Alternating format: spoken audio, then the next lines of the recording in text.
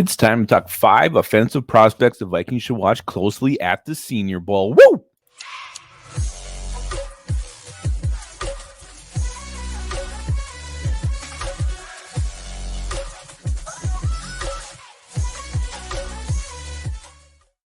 Welcome back to Onebar and Lupagus show. I am Lupagus. Onebar is feeling quite ill today, so I'm going to rock this one solo. It's Senior Bowl time, and we're going to talk 5 offensive prospects the Vikings should be watching very closely this week. And they probably already have been this week down in Mobile. Before we do that, be sure to subscribe to the channel, like the vids. Also, hit up Liftbridge Brewing Company for some delicious brews. You can find them there at the facilities in Stillwater or New Richmond, Wisconsin, or at a local liquor store near you.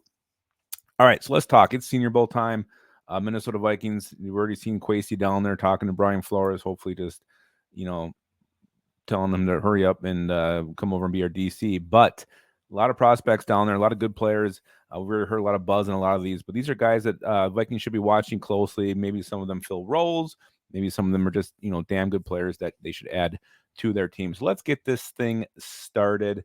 And let's start with a position that you haven't really heard much out of this week down in Mobile, and that's the quarterback position. It's just there hasn't been a lot of buzz about anybody down there throwing the ball, but a guy who should be an intriguing late-round prospect the Vikings could definitely look at is quarterback from Louisville, Malik Cunningham. If he gets drafted at all, he's probably a late rounder. He's 6'1", 188 pounds. This guy can take off and make plays with his legs, something the Vikings have not had in quite a while. And that's also, while it's probably his strength, it's also his weakness, as he probably looks to do that a little too early, a little too often, doesn't let plays develop,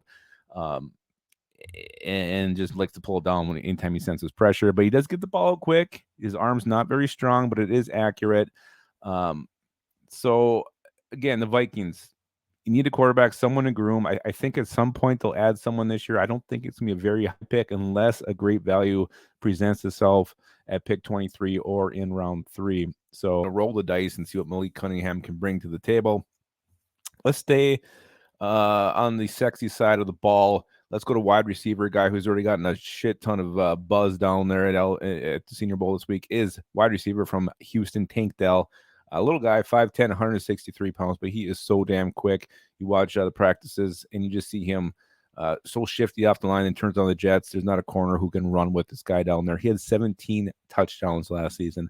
Imagine this guy working the slot, KJ at 2, Justin Jefferson at 1. That's pretty damn nice little trio right there. And who knows, maybe Tank Dell ends up being the number 2, but he can stretch the field. He's quick, shifty. You can hit him on a slant. You could, do jet sweeps with this guy. He's a dangerous weapon. A guy who's made himself a lot of money this week down in Mobile is Tank Dell from Houston. So hopefully Vikings are taking notes on this guy. Curious where he comes off the board because he doesn't have that size, but the speed's so good and he's been so dominant. I like to think he's probably an early second-day pick, so who knows if he'll be in the Vikings range or not. All right, let's jump over to the offensive line with a guy who's making a lot of noise, not only for his play, but for his looks. It's the offensive lineman from North Dakota State, the next great North Dakota State Bison NFL player, Cody Mock. This guy, he looks like a Viking warrior. He's got long, orange, flowing hair. He's missing some teeth. He seems like a fun-loving dude. He's 6'6", 303 pounds. He's primarily been playing tackle down there at the Senior Bowl practices, but he said he'll play anywhere on the offensive line. The Vikings need this kind of a guy who's super versatile, who can not just fill in anywhere, but give you quality fill-in, quality depth.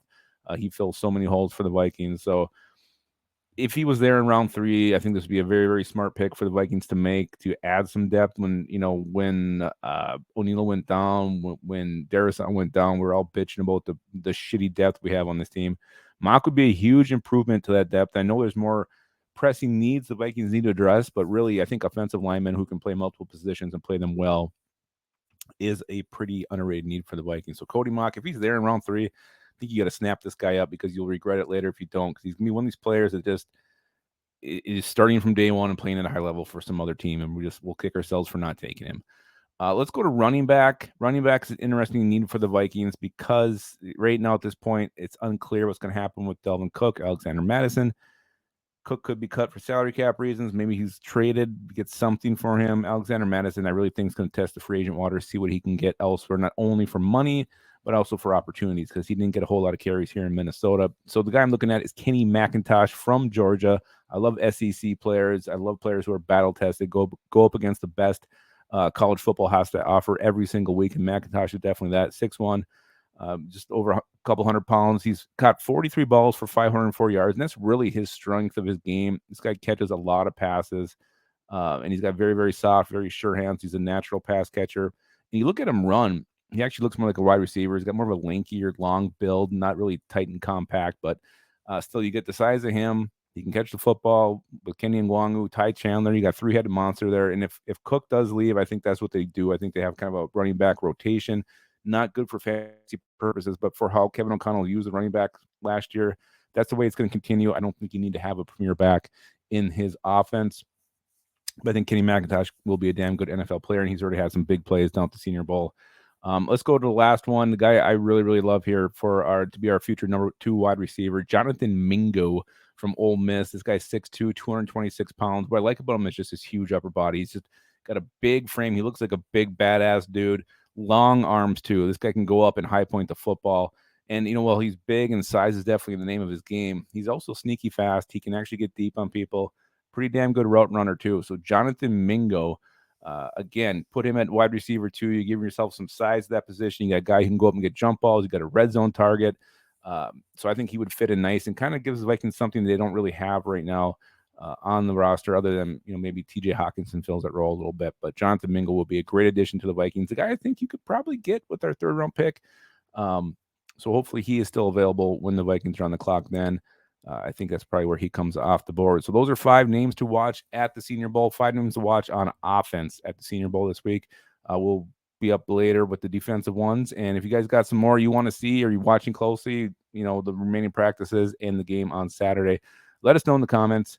And also, don't forget to keep your skull in your hole.